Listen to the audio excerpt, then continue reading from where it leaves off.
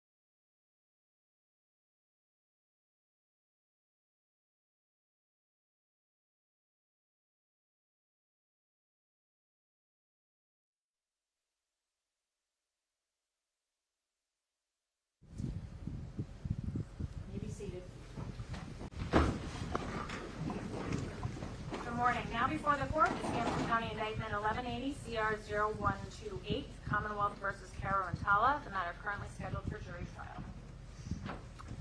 Good morning.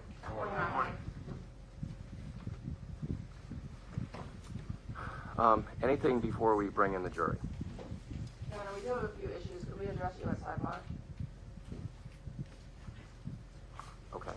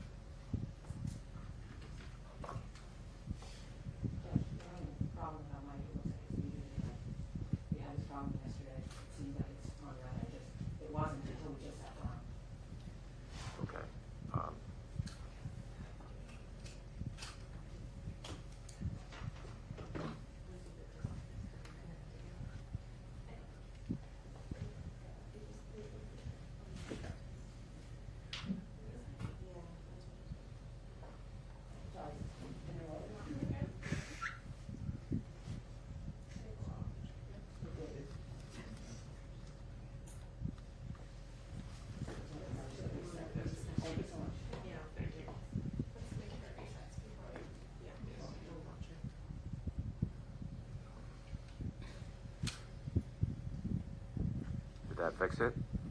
It's resetting, Judge, it's on blue right now, it's resetting. Oh, it's green. It's green. Does it touch it? Yes. Okay, perfect. Yes. Awesome.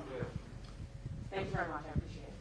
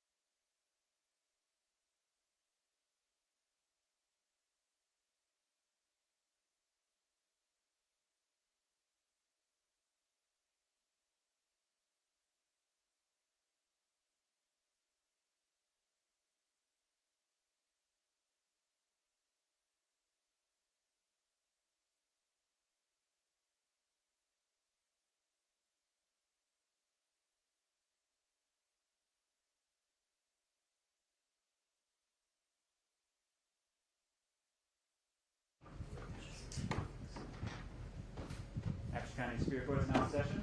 May be seated.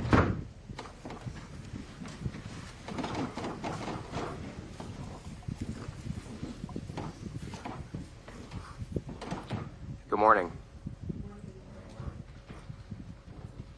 So, when we broke, and I know that was for some of you last week, for some of you this week, I instructed you not to discuss this case with anyone, to avoid contact with any of the participants in this trial, to refrain from any sort of outside research or investigation, and to avoid any media account concerning this case.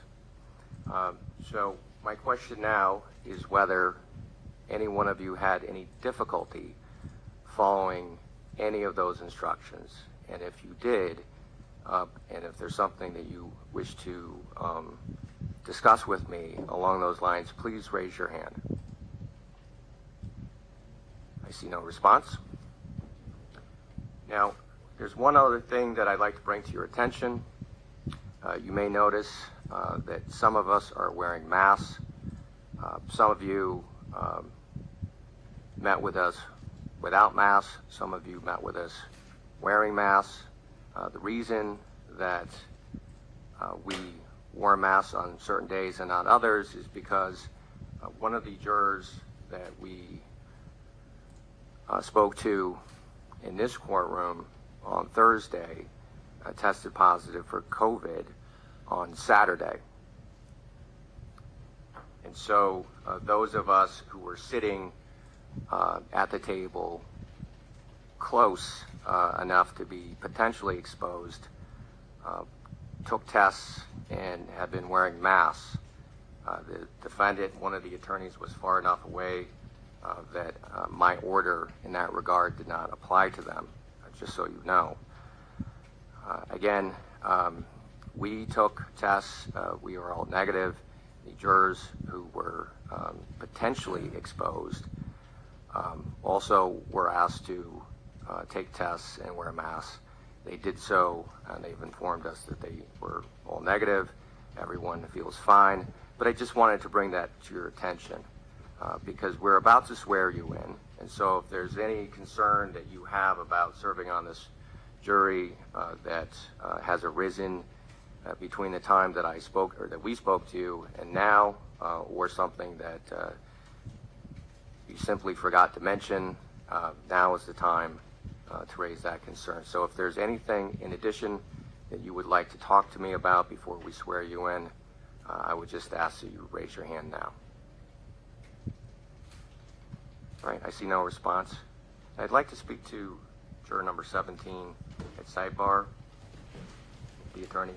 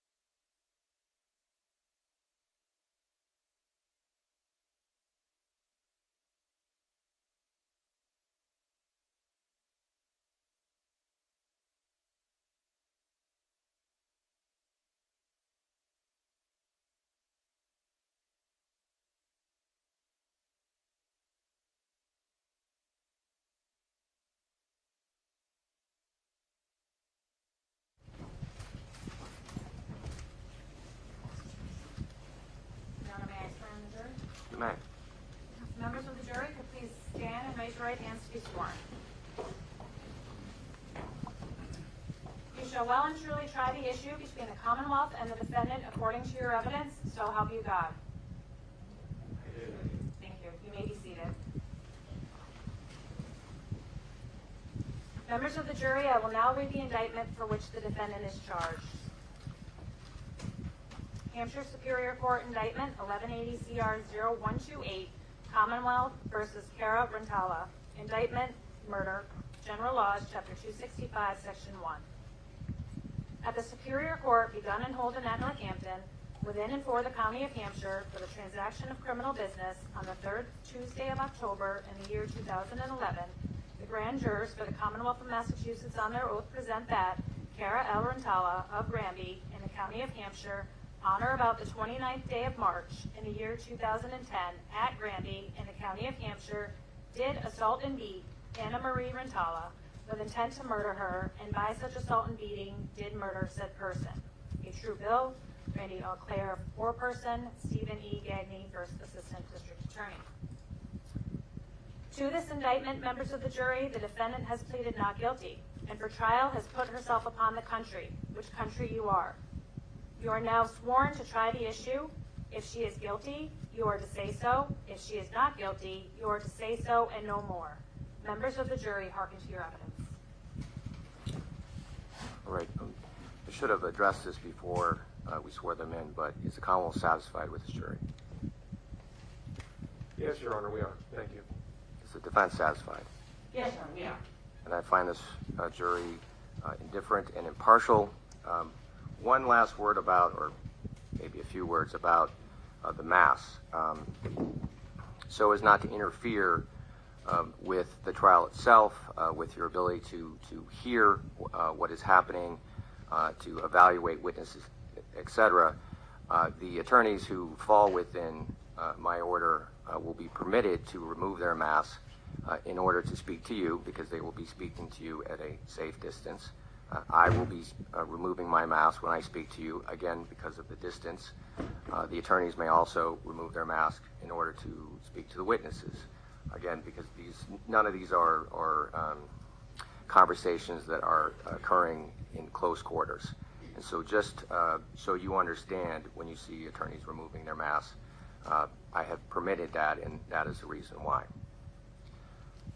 All right, members of the jury, I'm about to make some preliminary remarks to you to acquaint you with some of the legal principles, procedure, and terminology you may encounter during this trial. These comments are not intended to substitute for the more detailed instructions on the law, which I will give you at the conclusion of the trial. This is the trial of a criminal case. The defendant is charged in an indictment with the crime that has just been formally read to you. It is important that you understand that the duty of the grand jury, which renders the indictment for a particular charge, is only to determine whether a person should stand trial for that charge. The grand jury is simply an inquiring and an accusatory body. It is not a jury that determines whether the Commonwealth has met its burden of proving each element of its case beyond a reasonable doubt. That decision is made by a jury that is selected and seated at the trial of the person accused of the crime. That is a decision to be made by you as a jury and you alone. Now, in any criminal case, the defendant is presumed to be innocent unless she is proven guilty beyond a reasonable doubt. The law requires the prosecutor, whom we refer to in court as the Commonwealth, to prove that the defendant is guilty beyond a reasonable doubt. The law does not require the defendant to prove her innocence or to produce any evidence. At the end of the trial, you must find the defendant not guilty unless the Commonwealth has proved to you beyond a reasonable doubt that the defendant has committed the offense with which she is charged. Now, as to the procedure we will follow, first, the attorneys for the Commonwealth and for the defendant will have an opportunity to present opening statements. Defense counsel may defer making an opening statement until after the Commonwealth's case, or she may choose not to make an opening statement at all, which is the defendant's right. Opening statements are like roadmaps of what the attorneys expect will lie in the road ahead. Counsel are not permitted to argue their case to you during their opening statements, and you must not consider anything said in an opening statement as evidence because it is not evidence. Next, the prosecution will introduce evidence in support of the charge. After that, the defendant may present evidence in her behalf if she wishes to do so, but she is not obliged to do so. Remember, the burden of proof is always on the Commonwealth to prove that the defendant is guilty. The law does not require any defendant to prove her innocence or to produce any evidence at all. After all the evidence, each side will have an opportunity to offer you closing arguments about what conclusions you might draw from the evidence. Like opening statements, the closing arguments are not evidence. They are merely intended to help you understand the respective contentions of the parties. Finally, after all the evidence and the attorney's arguments, I will instruct you in detail on the principles of law which you are to apply in your deliberations when you retire to consider your verdict. Your verdict must be unanimous. Now let me speak briefly about our respective roles in this case. As the judge, my responsibility is to see that this case is tried in an orderly, fair, and efficient manner. It is also my function to decide any questions of law that come up during the trial and to instruct you about the law that applies to this case. It is your duty to accept the law as I stated to you. Now, it is not up to me to evaluate the credibility of the witnesses who will testify or decide what weight to give any evidence introduced. Nor is it up to me to decide ultimately whether the Commonwealth has met its burden of proof beyond a reasonable doubt. That is your role, not mine. It is up to you to determine the facts of this case. You are the sole and exclusive judges of the facts. You alone determine what evidence to believe, how important any evidence is that you do believe, and what conclusions all the believable evidence leads you to. You will have to consider and weigh the testimony of all the witnesses who will appear before you, and you alone will determine whether to believe any witness and the extent to which you believe any witness. You can believe all of what a witness tells you, part of what a witness tells you, or none of what a witness tells you. It is part of your responsibility to resolve any conflicts in testimony that may arise during the trial and to determine where the truth lies. Ultimately, you must determine whether the Commonwealth has proved the charge beyond a reasonable doubt. So, how do you go about performing this extremely important task? Well, first and foremost, you should strive to be fair and impartial. Listen carefully to all the evidence before you decide the case, which can be difficult because in many respects it is contrary to human nature not to rush to judgment. Second, the case must not be decided arbitrarily because you like or dislike someone or based upon race, ethnicity, age, or such other characteristic. Third, it is essential that your deliberations and verdict be based upon the facts as you determine those facts to be and the law as I instructed. This is the foundation of our jury system. Now, as I have said, you must decide this case solely on the evidence presented in the courtroom. This will include the sworn testimony of witnesses.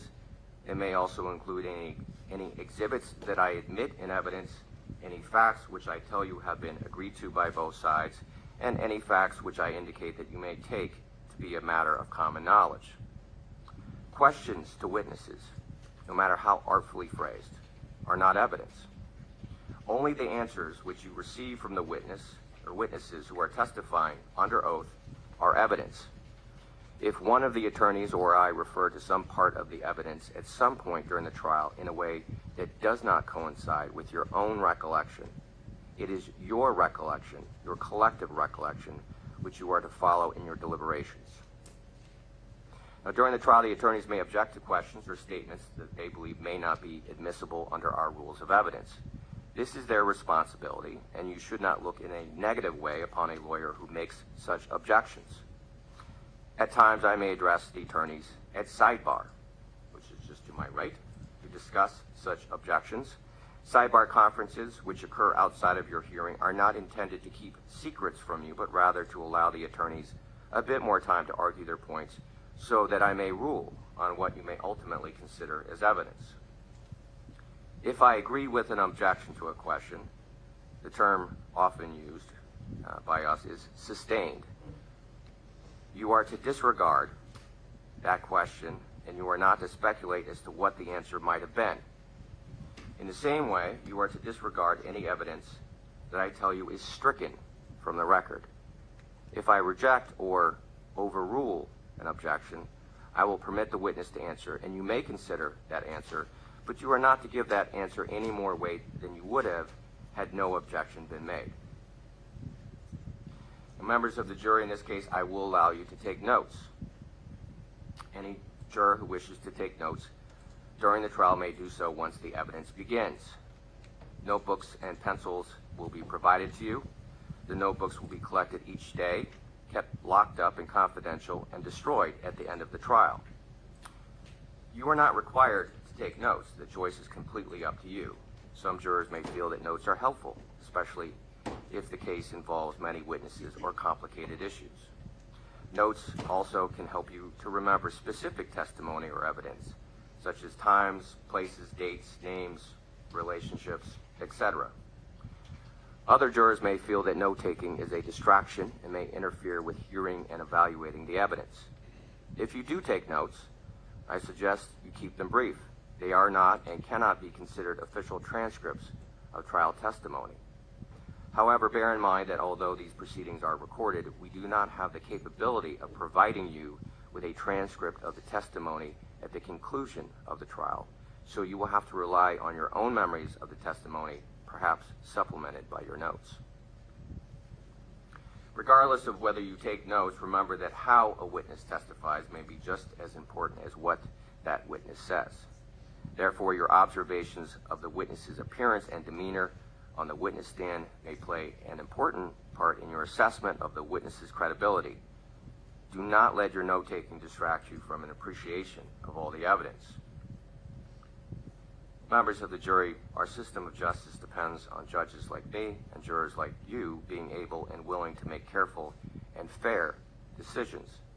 All people deserve fair and equal treatment in our system of justice, regardless of their race, national origin, religion, age, ability, gender, sexual orientation, education, income level, or any other personal characteristic. You have agreed to be fair. I am sure that you want to be fair, but that is not always easy. One difficulty comes from our own built-in expectations and assumptions. They exist even if we are not aware of them, and even if we believe we do not have them. Some of you may have heard this called implicit bias, and that is what I'm talking about. We judges have the same problem, so let me share a few strategies that we have found useful. First, slow down. Do not rush to any decisions. Hasty decisions are the most likely to reflect stereotypes or a hidden bias. Second, keep an open mind. Avoid drawing conclusions until the end of the case when you and your fellow jurors deliberate. Remember that when you deliberate, you will have all the evidence and all the time you need to make a careful decision. So there truly is no need to start making up your mind before that. Third, you should listen carefully and closely to all the witnesses. That is the best way to ensure that you decide this case based on the evidence and the law, instead upon unsupported assumptions. Fourth, as you listen to the testimony about people involved in this case, consider them as individuals rather than as members of a particular group. And finally, I might ask myself, would I view the evidence differently if the people involved were from different groups, such as different racial, ethnic, or gender identity groups? All we ask is that you, individually and as a group, do your best to resolve this case based upon the evidence and law, without sympathy, bias, or prejudice, to the best of your ability as human beings.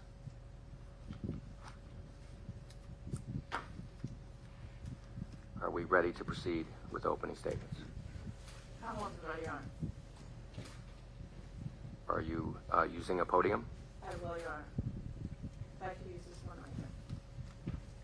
The court officer could just move that into place. Yes, All right. Here's what the item on. Okay. So,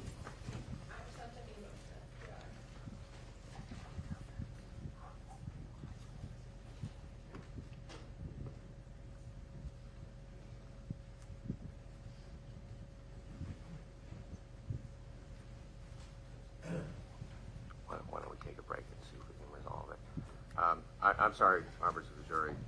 We're having some technical difficulty with one of these microphones. You may recall these microphones. So we're just going to take a quick break to resolve that, and we'll have you come right back in. Jury, please rise. First roll out first. What?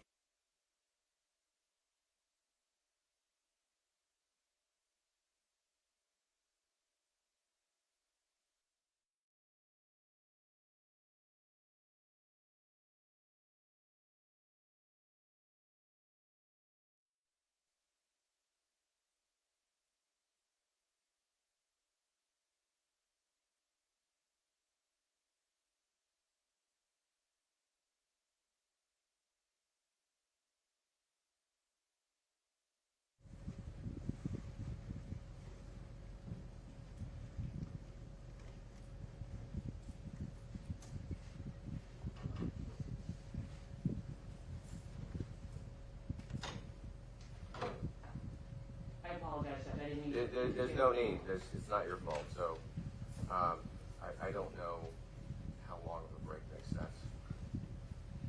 I'm sure, what I was told yesterday was that they would have to send out a tech to get a permanent fix. The only thing we were able to come up with yesterday is just unplug it and plug it back in. Back in the closet. We did that this morning, and it fixed it for about 10 minutes, and then it stopped again. So that's likely what's going to happen if we do the reset fix again. So Judge, for the purposes of opening, if the court monitor can hear me because I can speak loudly, please if you get through the openings and see if maybe the tech can get here at 11 o'clock break. We can fix it so we don't lose another hour. It's just a suggestion, I don't know. I mean, I have a pretty big voice. People don't usually have trouble hearing me. What's that? Well, that makes sense, but I'm just saying objection. does that sound I realistic? truly doubt that they won't be here by 11, but I can call them. Okay, perhaps you could press upon them. Yeah. In the meantime, though, please don't rely on that to mute. If you're gonna have a conversation, I wouldn't have it near the microphone. That would be my concern. That's going to be a problem. Judge. That will be a problem. Okay, well, we're going to take a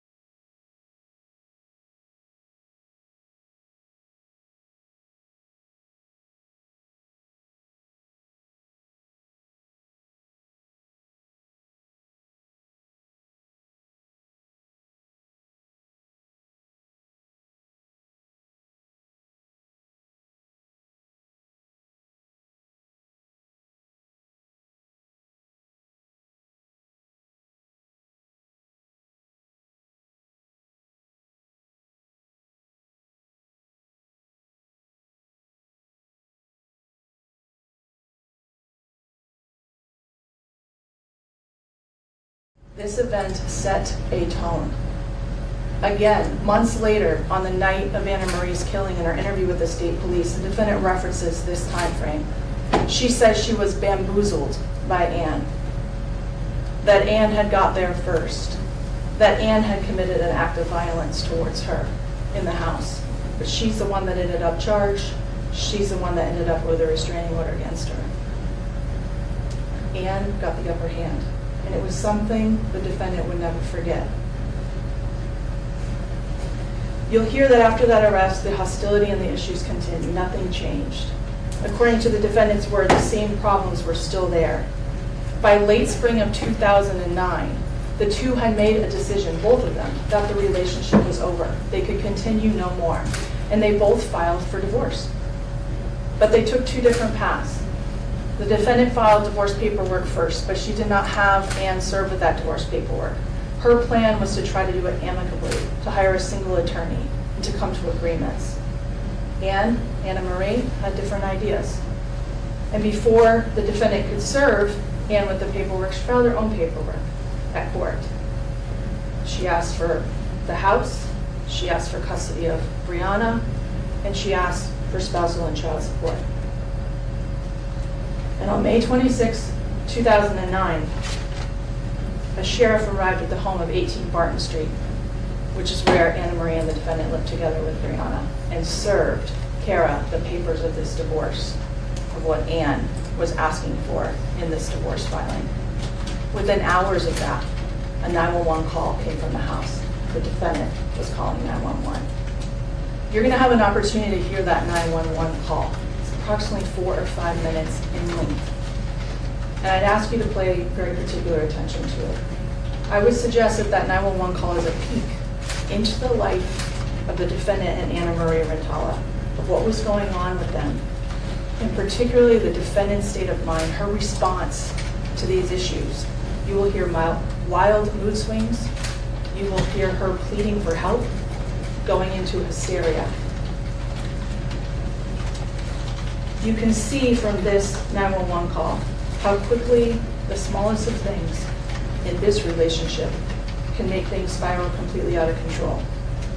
This 911 call triggered a police response to the home. The police arrived at the home, they spoke with the defendant, and they spoke with Annamarie. And after the police were there, the two of them got in their own cars and immediately went to the Eastern Hampshire District Court in Belchertown seeking restraining orders. The defendant seeking a restraining order against Annamarie, and Annamarie seeking a restraining order against the defendant. And you'll have an opportunity to hear the court recording of that restraining order hearing, the words of the defendant, the words of Annamarie, very importantly, the words of the judge. You'll hear that both of them sought restraining orders against the other to force the other one out of the home so they could stay there, and for custody of Brianna. Both cross asking for that, making that request to the judge, and the judge heard both of them in the same hearing. You'll hear the defendant in this hearing say, "I have reached all that I can take." She's emotional, and she asked the court to make Ann leave, saying, "I cannot live in this house with her anymore." But the judge, after hearing from both of them, did not give them what they wanted. He didn't give either one of them what they wanted. They ended up with only something called a no abuse order, which is simply an order not to abuse one another. He refused to force either one of them out of the home. He refused to grant custody to either one of them, and told them in no uncertain terms, go back to your house, figure it out, and if you come back here, I'm going to call Child Protective Services and your daughter will be taken away from you. That's what they heard. And I would suggest the evidence will prove that they heard that loud and clear. Because although there had been multiple 911 calls before that, there had been multiple restraining orders, multiple things that occurred where they were reporting out to what had happened. On May 26, 2009, all of that stopped. The evidence will show they weren't going to risk what the judge had threatened. And instead, they went home to do what they'd already said they couldn't do, which is figure it out themselves.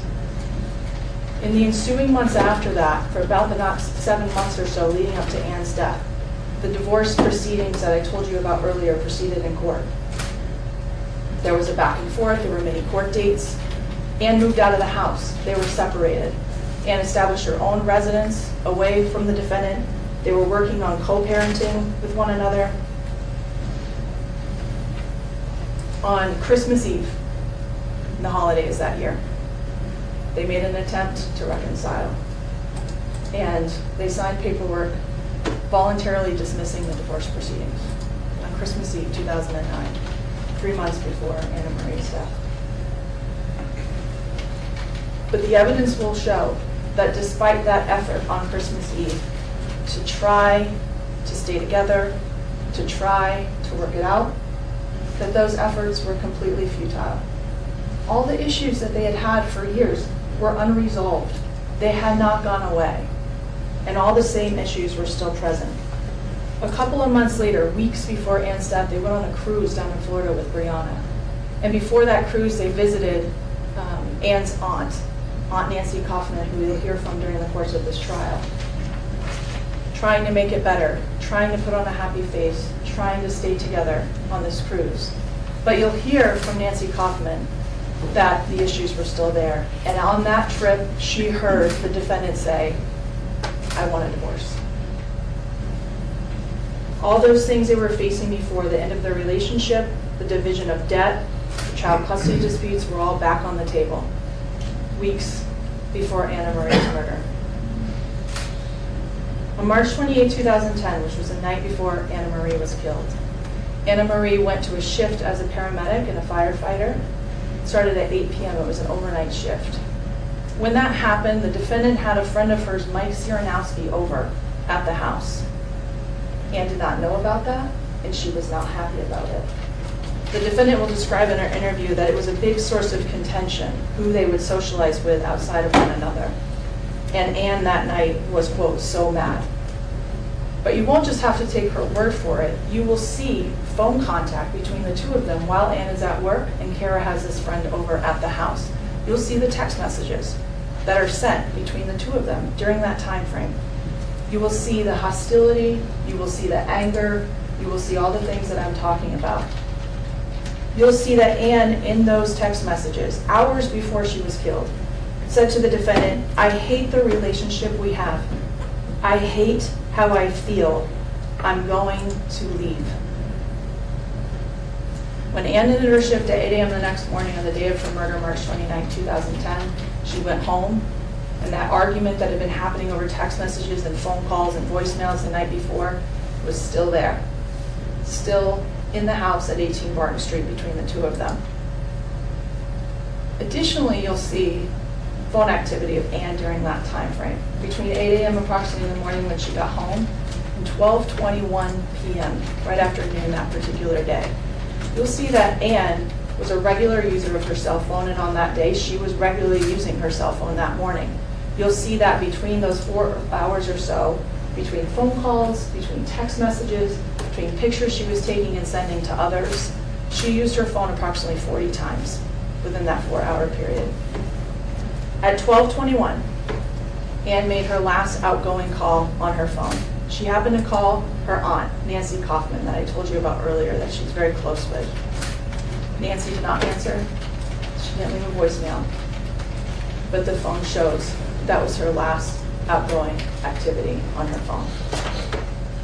Her phone is silent from that point. At that same time, someone else's phone is also silent, and that's the phone of the defendant. From 12:21 until approximately 5 p.m. that evening, approximately 4.5 hours, the defendant also has no outgoing phone activity on her phone. She actually misses a couple of calls that come into her phone that she does not answer. And Ann also misses a text that comes in at 1:53 that shows later on her phone as unread. A text she would normally reply to and look at that she did not that day. The evidence will show that the reason for the silence and the reason Ann last used her phone at 12:21 p.m. that day is because shortly after 12:21, the defendant killed her. The argument that had been going on all night, the argument that continued in the house when they were there the next morning, it found its way to the top of the basement stairs.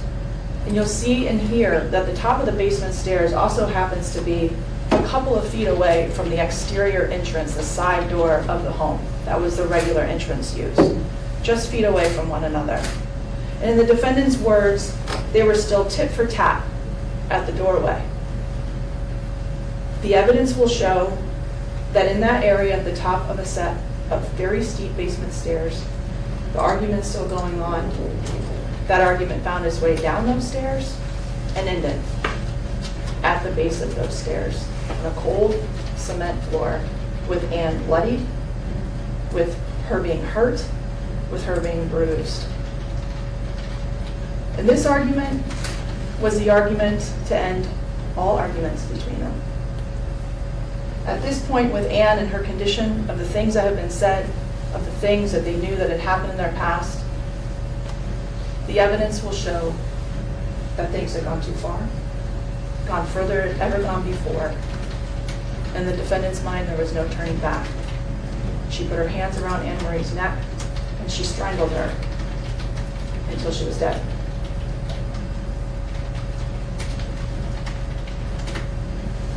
After she killed Annamarie, the evidence will show that the defendant engaged in a lengthy scheme to conceal the crime that she had just committed, to misdirect the investigation in this case, and to avoid the police from discovering what she had done. It started with her attempt to alter the crime scene. The evidence will show that the defendant engaged in an attempt to clean up the basement area where Annamarie had been killed. When the police ultimately arrived later that night, and forensic scientists from the lab and crime scene technicians arrived, they saw very clearly that there was a significant amount of blood around Annamarie's body. You'll see and hear evidence that she had significant gashes to her head, the sides and the back of her head, down to the skull, that caused a significant amount of blood at the scene, much of which was still visible when the responders got there. However, they're also trained to look for blood that's not there anymore, that you can't see with the naked eye, and they have tools to be able to do that. You'll hear evidence that these crime scene technicians applied a substance called leucocrystal violet, also known as LCV. It's a chemical applied that reacts when it touches or hits blood. That can no longer be seen, but which is still there. And you'll hear that when they applied this LCV throughout the basement, it lit right up. The whole basement, bright blue and purple all around Annamarie's body, in parts where blood was visible, but also in parts where blood was no longer visible. You'll have an opportunity to see and hear testimony from a member of the crime scene technician services, wipes and swipes and smears and movement within that blood that's no longer visible to the naked eye. In areas where there's blood that's later determined through DNA analysis to belong to Annamarie. So you will hear that there was an attempt to clean up the basement. You'll also hear, in terms of the crime scene itself, evidence that will establish an attempt to stage a break-in, to make it look like someone broke into the house and must have killed Annamarie. You'll have an opportunity to see the door jamb and the door on that exterior door that I talked about. That's just a couple of feet from the top of that basement stairs. And you'll hear and see evidence of hack marks that are in the door jamb of that door, on the side frame of the door. What I mean by that is crescent-shaped hack marks where the wood is cut out and there are wood chips on the threshold of the door immediately below it. You'll have the opportunity to see a shovel that was used to create those marks, a shovel that belonged to the Rintala residence, that had white paint residue that's consistent with the paint residue from the door jamb. And you'll see those marks. But what you won't see, ladies and gentlemen, is damage to the door itself. In other words, you won't see any hack marks or movement or chips off of the door on the actual plane of the door itself. You'll see there's a large pane of glass on that door next to the doorknob, which is unaltered, not damaged in any way. And the doorknob was still intact and it could still lock. It still worked. The evidence will show you, based on the angle of those marks that I'm talking about and the evidence of the door, that those hack marks were done with the door open. That's why they appeared that way. That's why the door was not actually damaged. An attempt to stage the scene to make look like a break-in. Now, after the defendant altered the crime scene, you will hear evidence that she left. She got out of the house. She took Brianna, who was still in the house with them, and left. And the evidence will show that this was an attempt to create an alibi, to be somewhere else that day, on the day that Ann was killed. At approximately 5 p.m. that evening, you'll see the defendant pop up on various surveillance videos at places around the area. The Holyoke Mall, Stop and Shop, Burger King, a pass-through at McDonald's. And you'll see her and Brianna on these surveillance videos. You'll also see quick trips at these places and small purchases. Purchases of $1.50 here, $7 here, receipts kept, receipts put into her truck for these purchases, $14 of groceries at Stop and Shop, all within this time frame. You'll also hear within that same time frame, and I'm talking about the time frame of 5 to 7 p.m., as Annamarie is discovered shortly after 7 p.m. that night. So those 2 hours that she's out of the house. You'll also hear evidence of an attempt to create a digital alibi. What I mean by that is her calling and her texting incessantly Annamarie's cell phone, which, as I indicated earlier to you, is obviously not being answered or responded to these text messages. These voicemails you'll have an opportunity to hear. You'll hear at least 4 voicemails over that period of time. You'll see the text messages that she sends her. Now, you'll also hear that in her interview with the state police, the defendant says that the reason she left the house that day was so that Annamarie could sleep. She worked an overnight shift the night before, and she was due to work another overnight shift starting at 8 p.m. that night. So this was her time to get her nights of rest in. But despite that, even though they left so Annamarie could sleep, you will see her calling, her texting, why aren't you picking up, and leaving on these voicemails all the places she's going, all the things she's buying on these long voicemails to Annamarie. The evidence will establish this is an attempt to create the impression she has no idea Annamarie is dead and to be somewhere else. You'll also hear that as she was driving around, evidence that she disposed of items.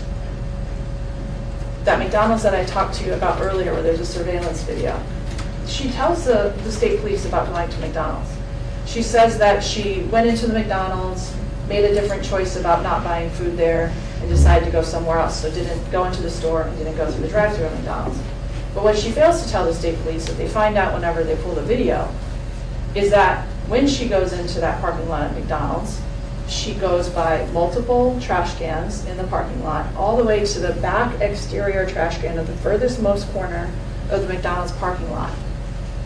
Pouring down rain, and in the pouring down rain, she exits her truck, walks over to that trash can, and goes back into her car and leaves. Something she didn't tell the state police about. When they go to that trash can, they find 3 rags, consistent with types of rags that are used for cleaning. Cut out pieces of fabric, and particularly a pink cloth diaper, an old pink cloth diaper that would be used for a baby. The same type of pink cloth diaper that's located under the sink at 18 Barton Street in the kitchen, among a bunch of other rags. You'll also see surveillance video, as I said, from these places, the fact that she's driving an open bed truck. In the back of that truck, you will see in surveillance video larger items that are moving around within the back of that truck, including up until less than a half an hour before she arrives home on the surveillance video. But by the time she drives home, those items are no longer there. And she didn't tell the state police about it. By 7 p.m. that night, she's now done what she wants to do. The evidence will show she's altered the scene, she's created her alibi, she's disposed of items, and she has to go home. She has a baby, it's time to go home and to initiate a police response to the house. And she doesn't do that by going into the house, using her cell phone, calling 911. What she does instead is she scoops up her daughter, Brianna, the dog, the family dog that lives at this house, and she runs over to the neighbor's house, the Dupuy residence at 20 Martin Street, the next door neighbor. She gives them some cryptic message to them saying, Ann's in the basement, call 911, which he does, and then she goes back to the house. The evidence will show that in a last-ditch effort in those moments to contaminate that crime scene, to eliminate whatever forensic evidence continues to be around Annamarie's body, she dumped a 5-gallon bucket of paint all over Ann's body, all around Ann's body. She then got herself under Ann's body, rolled Ann's body up on top of her, got herself in all the blood and paint, and waited. Shortly after that 911 call was made by the neighbors, the police and the paramedics arrived at the scene. They find the defendant underneath Ann's body. They see her crying. She's yelling, Ann is dead.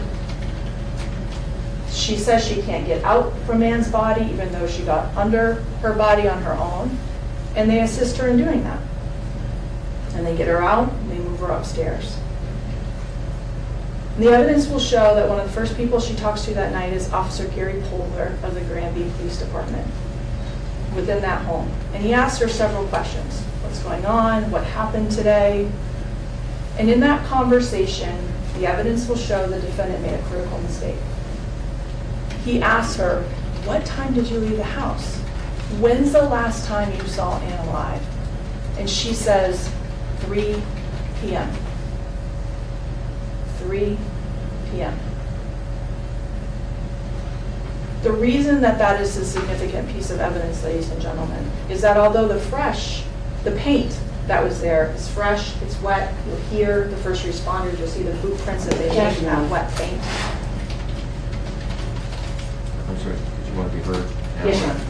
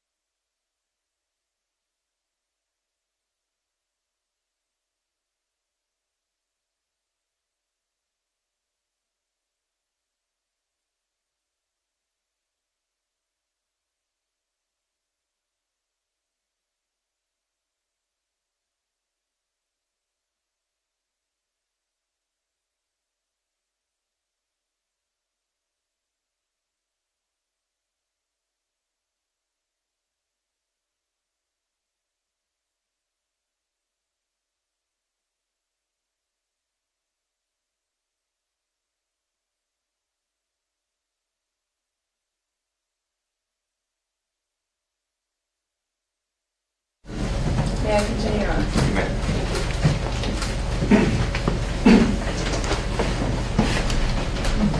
As I indicated, when the first responders arrived at the scene, they found the defendant underneath the body of Annamarie, and they helped her out from that body.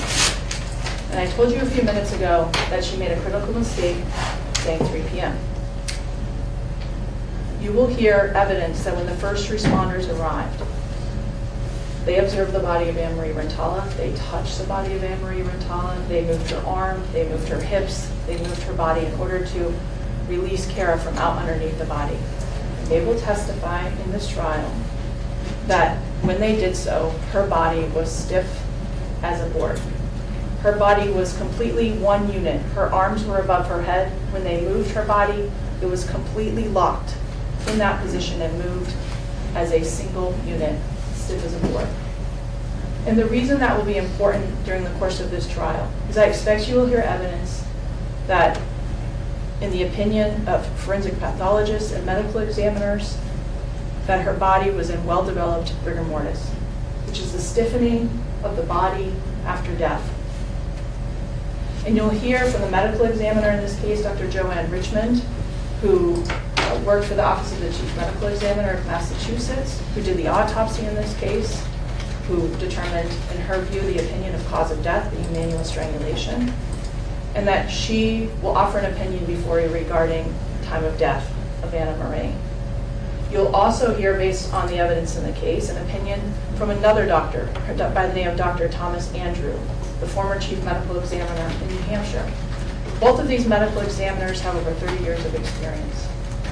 I expect they will testify that based on the conditions of Ann's body, when the first responders arrived at approximately 7:15 p.m. that night, that it is their opinion that Annamarie was dead well before 3 o'clock. And by the defendant's own admission, only 2 adults were home at 3 o'clock that day, her and Annamarie.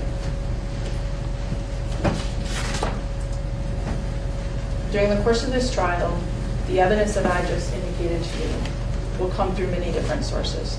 You'll hear from numerous witnesses. You'll hear from the first responders, as I indicated, paramedics and police officers. You'll hear from state police troopers who responded to the scene and were in charge of the investigation. You'll hear from crime scene technicians and forensic scientists, members of the crime lab who examined the physical evidence collected at the scene, who conducted fingerprint analysis and DNA analysis. You'll hear from the forensic pathologists, as I indicated to you. Granby police officers who responded previously to the incidents, the domestic disputes between the defendant and Annamarie. You'll see photos and videos of the crime scene and Ann's body. You'll see the photographs of the LCV and that bright blue color of that blood at the crime scene. Surveillance video, phone records, 911 calls, divorce filings, restraining orders. And you will have the opportunity to hear over 3 hours of the interviews conducted of the defendant the night of Annamarie's death and the next morning. The video and audio recorded, and you'll have an opportunity for yourself to see everything that she said about her relationship with Annamarie. And at the end of the trial, the evidence will prove to you that the defendant, Cara Rintala, killed Annamarie, that she intended to kill Annamarie, and that she did so with deliberate premeditation and extreme atrocity or cruelty. Thank you. Hey, Aaron. You may. Thank you.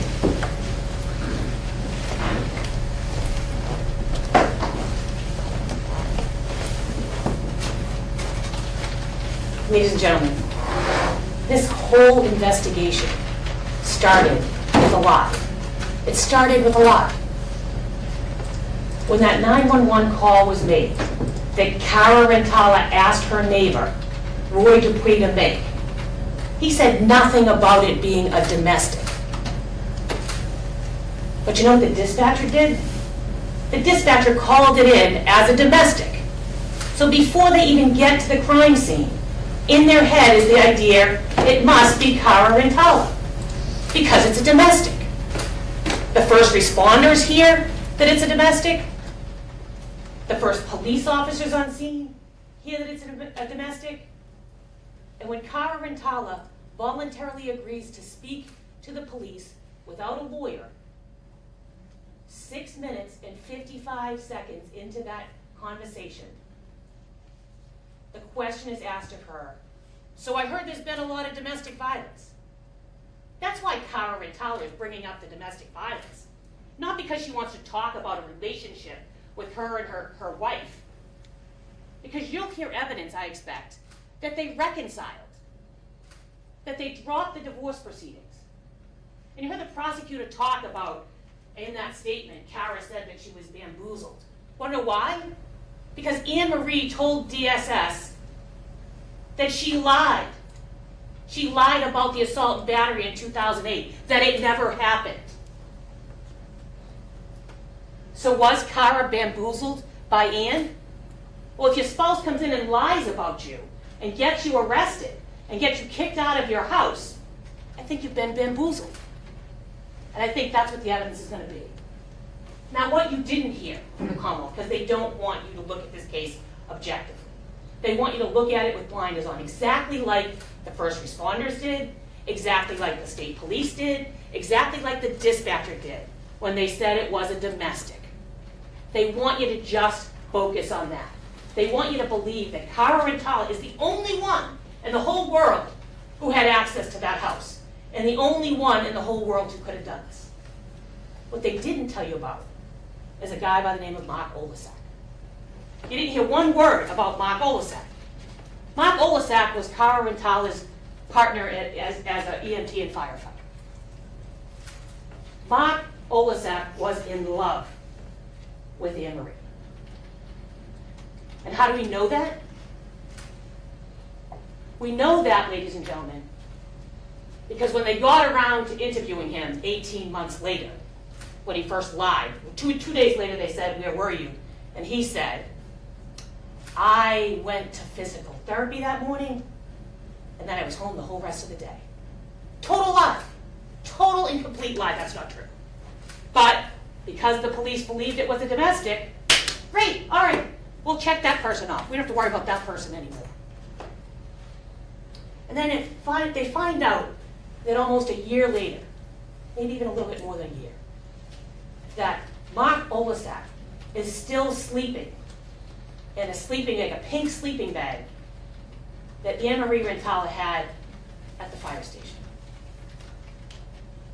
And even Detective McGarrian thinks, that's a little weird. It's a little weird. Let's go talk to this guy and find out what's happening. So they go and talk to him 18 months later. And they find out that he is sleeping in Annamarie Rintala's sleeping bag. And he tells them a story that we're really, really good friends. And being really, really good friends, these are the things that we do. We go out to dinner. We go for drinks. We hug. We kiss on the corner of the mouth. I don't know why that's important, but he thought it was. And then at least on one occasion, Mark Olasak sent a text to Annamarie Rintala that he loved her. And he says he loved her in a friend way. That's what he did. And you'll hear evidence, I expect, that the police learned in the investigation that after Mark Olasak lied, that they actually went and got the records of his credit cards. Because they found out that Mark Olasak allowed Annamarie Rintala to have 3 credit cards that he paid for, that his wife knew nothing about. Because Mark Olasak, I forgot to say, was married with a kid. Doesn't tell his wife that he opens up these 3 credit cards. He'll say, I expect the evidence will be that he told the police that he was trying to help her build credit because she had really bad credit. That's what that I expect the evidence will be that the police knew. So they go and they look for these credit cards. They try to figure out what it was. What is it that that you're allowing her to charge? What is it that you're allowing her to use? What is it that you, Mark Olasak, are taking on the responsibility of paying? By the time Annamarie Rintala is killed, there's a $7,000 outstanding debt on the credit card. Again, that Mark Olasak doesn't tell his wife.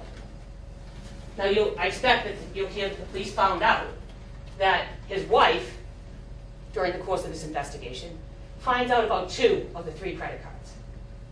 And he allegedly has some conversation with his wife where he doesn't fess up to the 3rd credit card.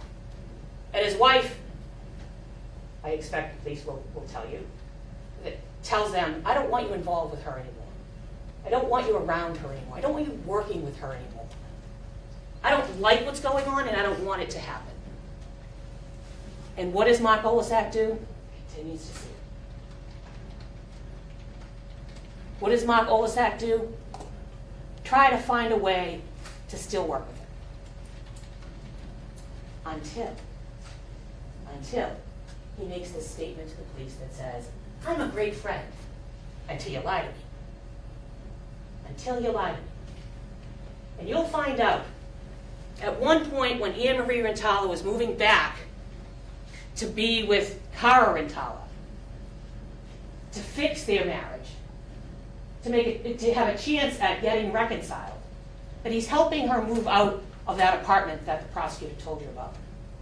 And what he finds when he's helping her move out of that apartment is a note and a picture. And the note is from another woman, Cara Daniele. Cara Daniele and Annamarie Rintala had an on-again, off-again relationship about 10, maybe even 13 years. And he finds this note, and he finds this photograph, and he realizes at the same time that he's having these conversations and these kisses on the side of the mouth and giving her these credit cards, she's in Vegas with Cara Daniele. And so what does he do? I expect that he will tell, that the police knew that he never once brought it up to Annamarie Rintala. He saved the note, he saved the picture, but he never once talked to her about it. But you know what he did do? He took away her phone. He was paying for her phone, and he was upset that she was talking again and dating again Cara Daniele. And so what does he do, this guy who's trying to be her friend, this guy who's trying to help her build her credit? He takes away her phone. That's what he does. Not going to pay for your phone anymore. And I expect you'll hear the police say the reason that he said he did that is because he didn't think it was good that Cara Daniele was dating Annamarie during the time period that there may have been some custody issue. That's his explanation. But there's more than that. So when the police finally get around to interviewing him, and they find out about the kiss in the corner of the mouth, and they find out about the hugs and the money and the credit card debt of $7,000 and the I love you text, there's more in the sleeping bag. There's more than that. They also find out that he's the one who texts at 1:53. He's the one who texts Annamarie Rintala at 1:53.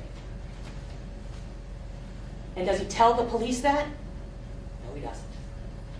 Does he tell the police, hey, I tried to contact her that night. She never picked up. That's so odd, because she always picks up. No, he doesn't. You know what he does instead, ladies and gentlemen? He deletes the text. He deletes the text at 1:53. And I expect the police will understand and know and learn that he deletes the text. And you know what they do about it? Nothing. The blinders on. You would think that a seasoned police officer, a trooper from the state police who knows how to investigate homicides, when they find out they've been lied to, when they find out that there's someone who deleted a text, who probably was the last one to text that night, and doesn't tell you about it, you would expect that you go right back to Mark Olasak and say, hey, what's going on here? Why'd you delete that text? Because a good homicide detective would think, why delete that text? How did you know you were supposed to delete that text? When there's also a text at 8:15 that night that you don't delete. How do you, Mark Olasak, know that? But nobody asked that question. And again, because they are operating with blinders on. This is a domestic, this is Cara Rintala, we don't need to look anywhere else. But there's more. They finally get his credit card statement. And even though he had told the police, I went to physical therapy and then was home the whole rest of the day, they find out that there's a number of purchases on March 29th on his credit cards. So they try, they say, to go get the receipts and the time stamps for when he makes these purchases. And because it's been 18 months that they had blinders on, because they believed it was Cara, some of them they can't get. But there's one that they did that I want you to pay particular attention to. Sometime around 4:30 on March 29th of 2010, Mark Olasak goes into a Walmart to purchase a $7 pair of pants. Now you might ask yourself, why do you need a $7 pair of pants in the middle of the day? But the police don't ask that question. Nobody asks him why he's buying a $7 pair of pants. But they go back and they say, hey, you have all these purchases on your credit card. You must have been out that day.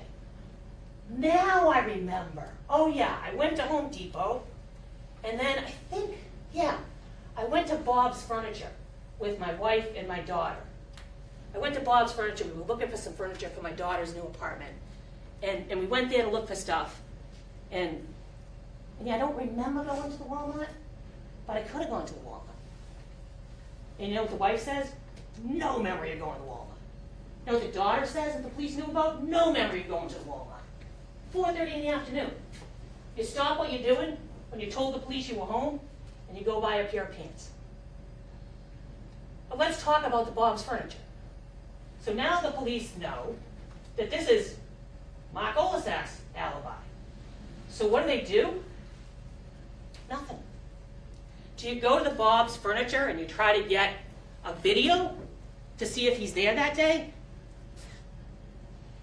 Well, initially, Trooper McGarian said he did go and he never saw Mark Olasak, his wife, or his daughter on the video of the Bob's Furniture. A little bit later he said he doesn't even remember if he went and got the video. Again, ladies and gentlemen, domestic, blinders on, let's not look anywhere else. That's what happened. And then when they find out that Annamarie Rintala was also having this relationship with Cara Daniele, they went to go talk to Cara Daniele. And Cara Daniele lies to them as well. She says she goes to her gym that day, and she goes for a run, about 2 hours, maybe 3. And in the middle of her run, which is the opposite direction of where Annamarie Rintala and Cara Rintala live, she tells them that she goes in this direction. They get her records, they get her bank records, and they find out that she makes a withdrawal over here, closer to where Cara Rintala and Annamarie Rintala live. And so what do? Do they go back and say, hey, wait a minute, you said you were going in this direction, and now you're going in this direction, according to your bank statements? Nope, didn't happen. And then they also find out she goes to a tanning appointment. And nobody questions whether or not when you're in the middle of a run, you would normally stop for a tanning appointment. Nobody questions that. And I expect you're going to see, as part of the crime scene, that there is tanning lotion on that basement floor. But does anyone ask about it? No.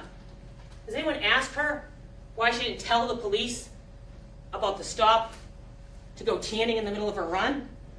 Does anyone ask her about whether or not why she stopped at the ATM in the middle of her run in the opposite direction of the route she told the police she was going? No. Again, ladies and gentlemen, because that whole thing started with this is a domestic response. And so they weren't looking anywhere else. They were only looking at Cara Rintala.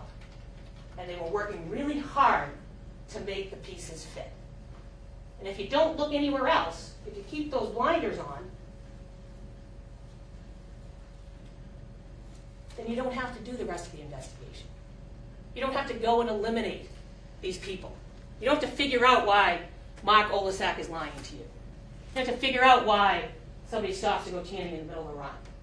You don't have to do any of that because you believe it's a domestic. Because you believe, even though it's false, that this whole call starts because it's a domestic. Now, beyond that, ladies and gentlemen, in this case, Cara Rintala ends up, you'll hear evidence, on the 29th, getting called in as a firefighter. And you'll hear evidence, I expect, that if you pick up your phone when you're a first responder, and you refuse to take the call or to come in to do the extra work, you get punished in some way. If you don't pick up your phone at all, if they can't reach you, you don't get punished. I don't want you to think there's something nefarious about the fact that when Cara Rintala is with her young daughter, after she had already been called into work that morning, picked up the phone, agreed to go in, took a call, came back to her house, the fact that she doesn't take another 2 calls from her work isn't as nefarious as the Commonwealth wants you to believe. And I expect you're going to hear evidence to that effect. That when you don't pick up the phone and you don't tell them you're available, then nothing happens to you. But Cara Rintala, I expect the evidence will show, was following that procedure and nothing more. And what does Cara Rintala do? She can't get Brianna to go to sleep. Brianna naps sometime between 2 and 4, and Brianna's not going down. And her wife is tired, and she has to work that night. And for anyone who's ever had a 2-year-old, you know it's impossible to sleep when a 2-year-old is running around the house. So what does Cara Rintala do? She takes Brianna, she puts her in the car, and she drives around.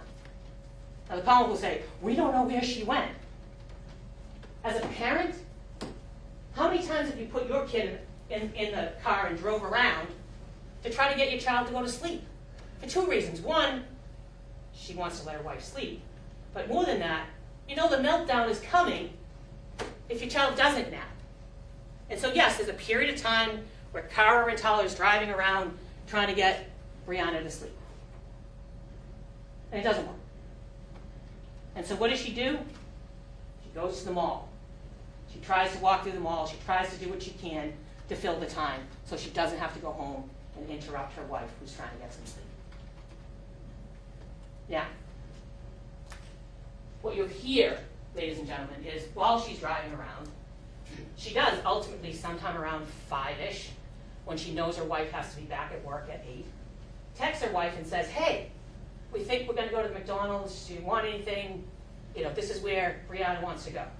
She gets into the McDonald's parking lot, and Brianna doesn't want McDonald's, so she doesn't get McDonald's. And you'll hear at some point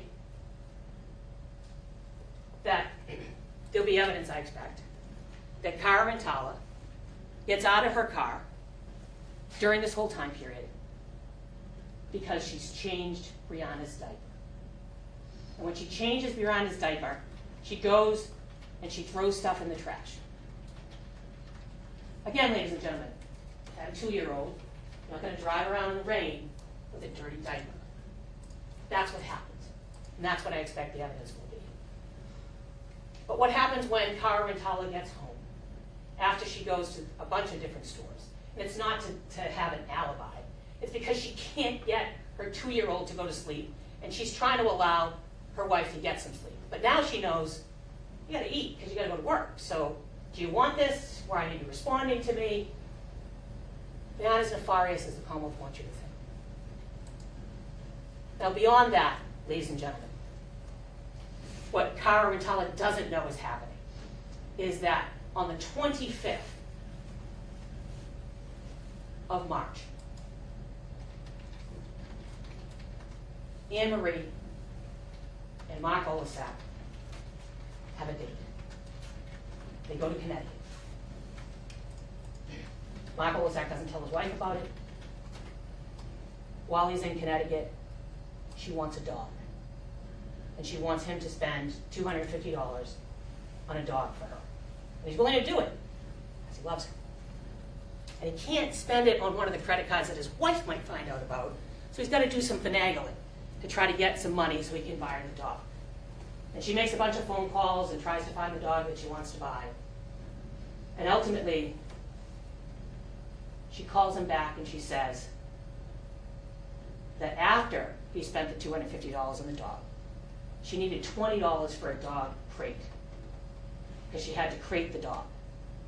And you'll find that she never bought a dog. She never needed a crate. And that she used Mark Oleszak.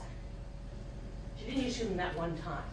She used him again and again and again.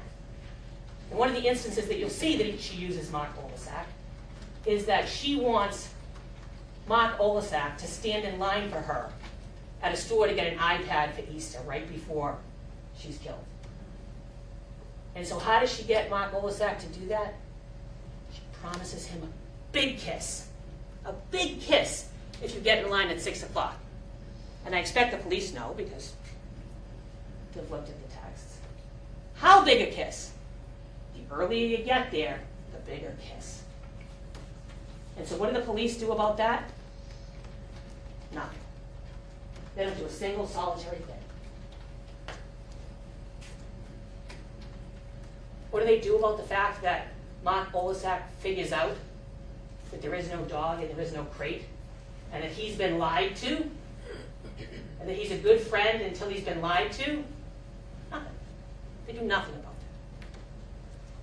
that. Now, beyond that, ladies and gentlemen, when Cara Rintala gets home and she sees her wife at the bottom of the stairs, she does what every parent would do. She gets her child to safety, and then she goes and tries to help her wife. And when she goes and tries to help her wife, she realizes her wife is dead. And she's hysterical. She's hysterical. And the first thing she says to Roy Dupuy is, "Call 911." Because she still believes there's a chance to save her wife. When she gets downstairs, she's an EMT. She's a firefighter. She knows her wife is dead.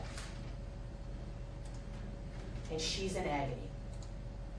And she rolls her wife's body onto her lap and cradles it because she can't believe her wife is dead. And she cradles her wife's body until the police get there. And she's crying, saying, "I can't believe Ann is dead." And you'll hear evidence that at that point, the police decide that there's something suspicious. And that decision gets made again, domestic and blinders. So they say, we have to get Cara Rintala off the basement floor and away from Annamarie Rintala and bring her upstairs and start talking to her. And that's essentially what they do. They roll Annamarie's body off of Cara. She goes upstairs, follows their instructions completely. She follows their instructions to sit at the table and to not touch anything. And that's essentially what she does.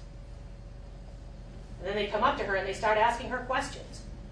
And does she say, "I'm not going to talk to you"? No. She says, "I'll answer any questions you want. What do you need?" She gives them permission to search her phone. She gives them permission to search her house. She makes a statement, a 2.5-hour statement without a lawyer. She answers every question that they ask. And they want you to believe she was so focused on these domestic issues. But you'll hear 6 minutes and 55 seconds into that statement, it's the police who bring up the domestics. And does she lie about it? Does she say, "Oh no, we were great"? She says, "No, we had some problems.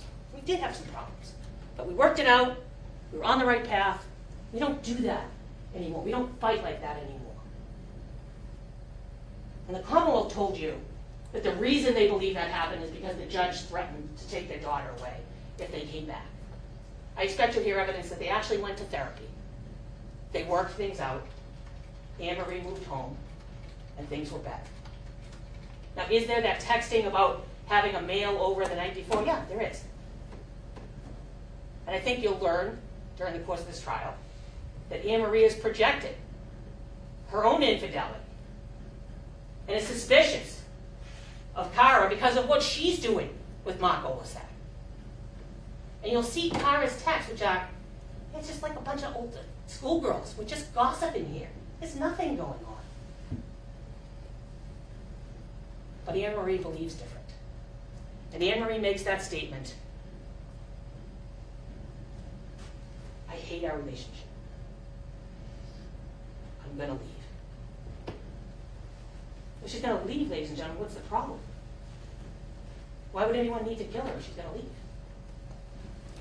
But the police don't ask those questions. Instead, they want you to believe, in this case, that there's something nefarious about the fact that Cara Rintala starts talking about the domestic issues when they themselves bring up the domestic. So you'll hear that Cara Rintala made the 2.5-hour statement. She gave them her phone. She gave them permission to search the house. And she didn't stand in anyone's way for 1 second. And the other thing that you'll notice that the police understood about Cara Rintala that night, she did not have a scratch on her. You'll hear that there was a struggle in the basement. You'll hear that somebody strangled Annamarie Rintala.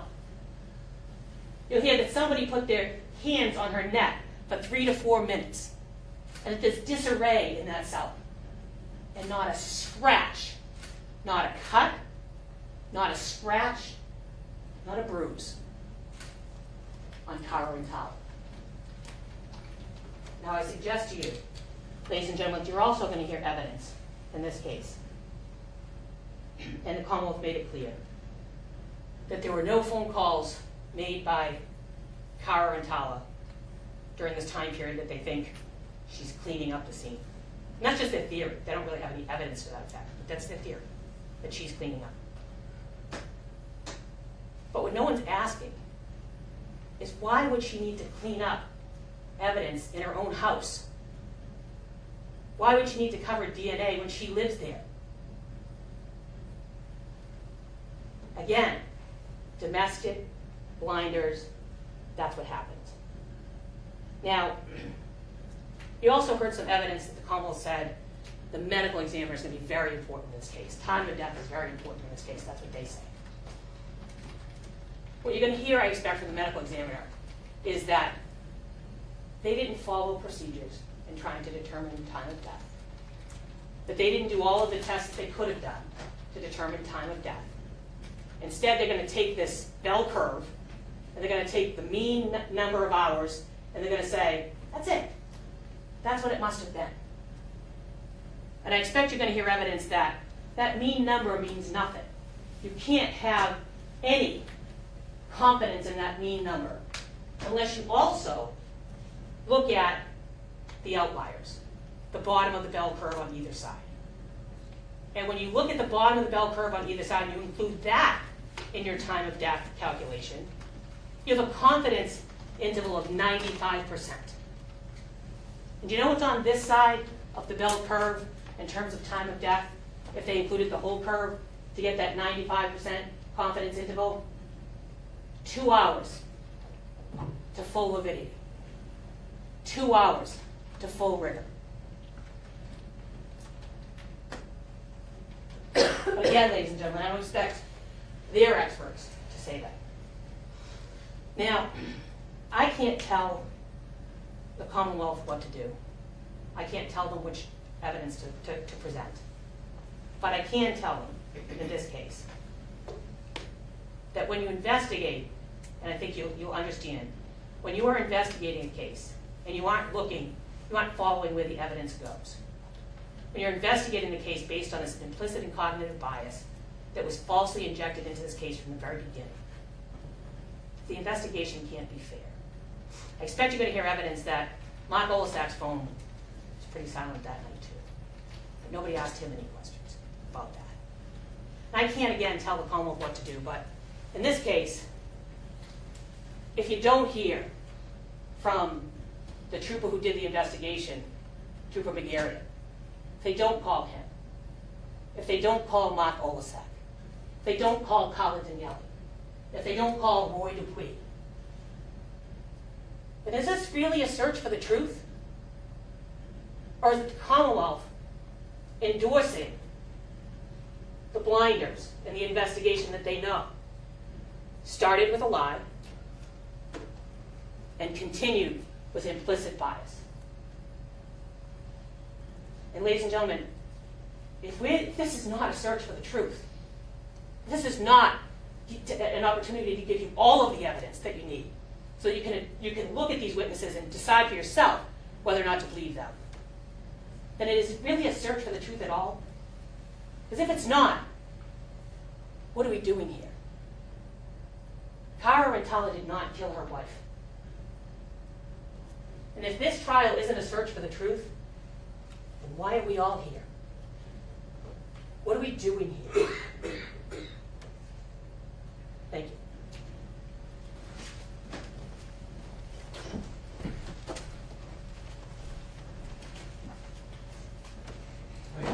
Members of the jury, we're going to take, we typically take a morning break around 11 or so, so we're going to take that break now. We'll break for about 20 minutes. I'll just remind you of the instructions I gave you previously. Those instructions apply throughout this trial. They are, again, not to discuss this case with anyone, including each other, not to conduct any form of outside research or investigation, online or otherwise, to avoid contact with the participants in this case, to avoid any and all media account concerning this case. I've just told you that those instructions apply throughout this case, so forgive me when I give those instructions to you every day ad nauseum, but they bear repeating because they are of critical importance. Okay, so we'll see you in about 20 minutes. Jury, please rise. For 12:1.